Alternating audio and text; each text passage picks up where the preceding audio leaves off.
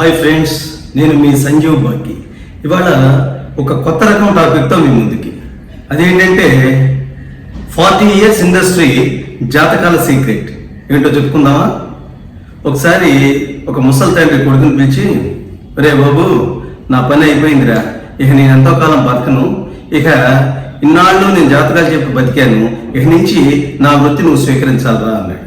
అదేంటన్నా, నువ్వంటే మహాపండితుడివి, అందుకే నువ్వు మొహం చూసి చేతి చూసి జాతకాలు చెప్పేవాడివి, నాకేమొచ్చు, నేనేం చెప్తాను, నాకు తెలియదుగా అన్నాడు.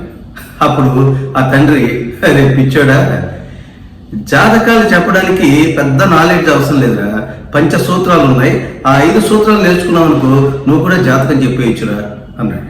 నిజమా నాన్న? అయితే త్వరగా చెప్పు నాన్న అన్నాడు. ఆ పంచసూత్రాల్లో మొట్టమొదటిది ఏంటంటే, అతని చెయ్యి అతని మొహం చూసి, ఇదిగో నువ్వు చాలా కష్టపడి పైకి వచ్చావు, నిజమా అని అడిగాడు.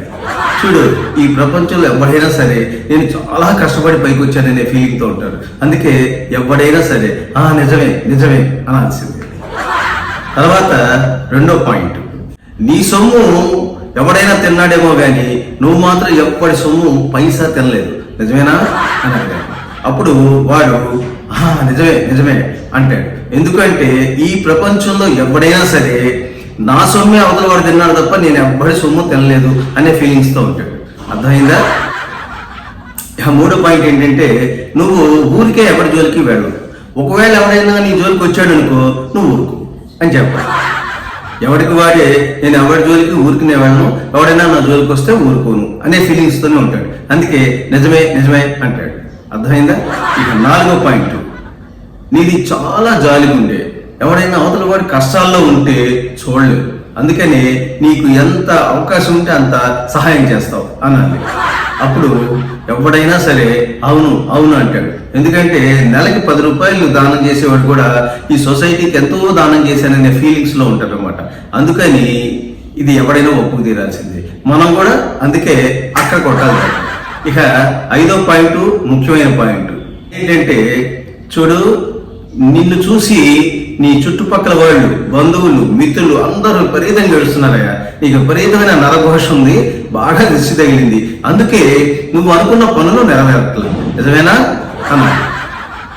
ఎవరికి వాడికి నన్ను చూసి ఏడుస్తున్నాడు, అందుకే నా పనులు జరగట్లేదు అనే ఫీలింగ్స్తో ఉంటారు కనుక ఎవడైనా సరే ఒప్పుకు తీరాల్సిందే. అప్పుడు మనం అసలు రంగంలో దిగుతాం అన్నమాట. ఇలాంటి నరఘోష పోవడానికి మేము హిమాలయాల్లో బాగా శక్తి గల మూలికల్ని తీసుకొచ్చి తాయెత్తులో పెట్టి ఇస్తాం. 40 రోజులు మీరు చేతికి కట్టుకొని పడుకుంటే మీకున్న దిష్టంతా పోతుంది, మీరు అనుకున్న పనులు నెరవేరుతాయి అని చెప్పాలి. అలాగా, మరి అది ఎంత ఖరీదు రాదా? అక్కడికే వస్తున్నా.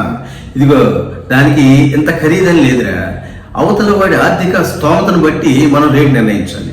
బాగా డబ్బున్నాడు అనుకో, ఒక 20,000 చెప్పు, కొంచెం తక్కువ 10,000, లేదు 5,000, 3,000, 2,000, 1,000, చివరికి 200 రూపాయలు కూడా ఇచ్చేసి వాడి వీక్నెస్ని, ఆర్థిక స్తోమతని దృష్టిలో పెట్టుకొని మనం రేటు నిర్ణయించాలన్నమాట. ఇలా నేను గత 40 సంవత్సరాలుగా ఈ సంవత్సరాన్ని నేర్చుకొస్తున్నాను. ఇక రాబోయే 40 సంవత్సరాలు నువ్వు నెట్టు రావాలి. అర్థమైందా?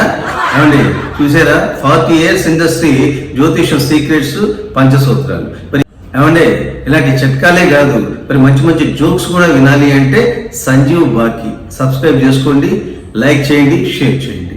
ఇట్లు మీ సంజీవ్ బాకి.